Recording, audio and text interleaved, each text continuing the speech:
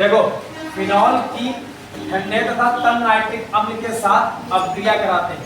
Question हमारा क्या कह रहा है? फिनॉल की ठंडे और तन नाइट्रिक अम्ल के साथ अपक्रिया कराते हैं, तो ये कैसे बनेगी? आइए देखिए, ये फिनॉल का स्ट्रक्चर हो गया। ठीक, सबसे पहले हम फिनॉल का स्ट्रक्चर बनाएंगे। तो जब हम फिनॉल का स्ट्रक्चर बनाएंगे, ठीक है, ऊपर OH होता है, ये ऑल समूह जुड़ा होता है। ठीक, तो ये हो गया हमारा फिनॉल हो गया, ये फिनॉल हो गया। और फिनॉल की किसके साथ अपक्रिया करवा रहे हैं हम? क्या कह रहा है? नाइट्रिक अम्ल। तो नाइट्रिक अम्ल का अणुसूत्र क्या होता है? HNO3 होता है। ये नाइट्रिक अम्ल हो गया, ठीक है, नाइट्रिक अम्ल, ये ठीक, ये नाइट्रिक अम्ल हो गया। इसको जो है ये एरो लगा देंगे। ठीक, कह रहा है ठंडे तथा तन नाइट्रिक अम्ल के साथ। नाइट्रिक अम्ल जो है ये तन है, तन का मतलब होता है गाढ़ा और सांद्र का मतलब होता है पतला। ठीक है, तो ऊपर लिख देंगे तन। ठीक, अब यहाँ पर फिनॉल के हम दो स्ट्रक्चर ले लेंगे, दो स्ट्रक्चर लेंगे। ठीक, फिनॉल के इसमें दो स्ट्रक्चर लिए जाएंगे। तो फिनॉल के दो स्ट्रक्चर लेंगे तो दो बार इधर स्ट्रक्चर बनेंगे, दो बार स्ट्रक्चर बना लेंगे फिनॉल के।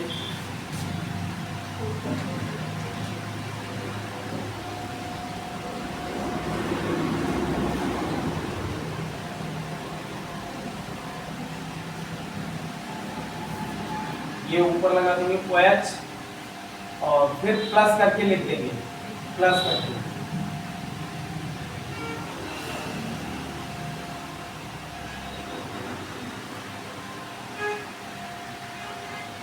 एक ये हो जाएगा, ऊपर लगा देंगे। देखो दो फिनॉल हो गए। और इसकी जैसे हम नंबरिंग करते हैं तो ये जो ये वाली ये जो होता है, इस कोने को यहाँ पर ये आर्थो पोजीशन होती है, इसको बेटा आर्थो कहा जाता है। क्या कहा जाता है? ये आर्थो पोजीशन कही जाती है। इसको मेटा पोजीशन बोलते हैं। क्या बोलते हैं? इसको मेटा बोला जाता है, मेटा पोजीशन। और इस पोजीशन को क्या कहा जाता है? Para position. क्या कहते हैं इसको? इसको पैरा पोजीशन बोला जाता है। ठीक, तो ये आर्थो हो गया, ये मेटा हो गया, ये पैरा हो गया। सेम इसी प्रकार ये आर्थो हो गया, ये मेटा हो गया और ये पैरा हो गया। ठीक है, अब देखिए NO3 के, अब ये जो नाइट्रिक अम्ल है, इस नाइट्रिक अम्ल के भी हम अणु कितने लेंगे? दो अणु लेंगे, इसके नाइट्रिक अम्ल के लेंगे। तो जब नाइट्रिक अम्ल के हम कितने अणु लेंगे? दो अणु लेंगे। ठीक है, फिर एक देखिए, एक NO3 जो है, सॉरी NO2, एक NO2 यहाँ पर जोड़ देंगे, यानी नाइट्रो समूह एक यहाँ पर जोड़ देंगे आर्थो पोजीशन में। पहले वाले स्ट्रक्चर में आर्थो पोजीशन पे जोड़ेंगे, दूसरे वाले स्ट्रक्चर में हम पैरा पोजीशन पर NO2 जोड़ देंगे। ये नाइट्रो समूह इस पे जोड़ देंगे। ठीक है, अब देखिए जब NO2 यहाँ पर कितना लिखा हुआ है? NO3 लिखा हुआ है। हमने यहाँ पर जोड़ा कितना है? NO2 लिखा है। ठीक है, और एक ये NO2 जोड़ा है। तो यहाँ पर हमारा NO3 था और सबसे आगे कितना लिखा हुआ है? 2 लिखा हुआ है। जब 2 लिखा हुआ है तो इसका मतलब 2 हाइड्रोजन के हैं।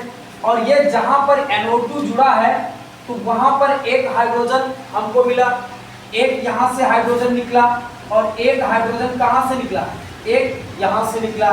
तो एक हाइड्रोजन ये हो गया और एक हाइड्रोजन ये हो गया और 2 हाइड्रोजन के अणु ये हो गए। तो कितने हो गए?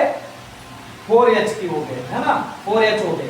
तो 4H को हम लिखेंगे, इधर जगह नहीं है तो हम इधर लिखे दे रहे हैं, इधर प्लस करके 4H को हम लिखेंगे 2H2 लिखेंगे। लिखेंगे कि नहीं?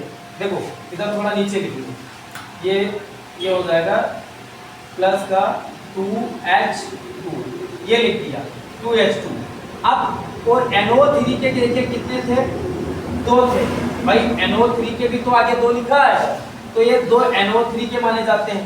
और हमने यहाँ पर कितना जोड़ा? NO2 जोड़ा।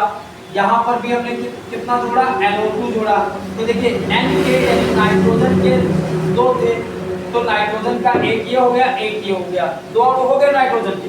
अब O के देखिए कितने हैं, 2 3 6, इसकी गुणांक से गुणा हो जाती है, तो 2 3 6। और ऑक्सीजन के इधर कितने हैं भाई, ऑक्सीजन के जो है कितने अणु हैं, 6 अणु हैं, ठीक है। और इधर कितने हैं, NO2 2 और 1 है, O के ये है और 2 ये है, तो कितने हैं इधर, 4 ही हैं।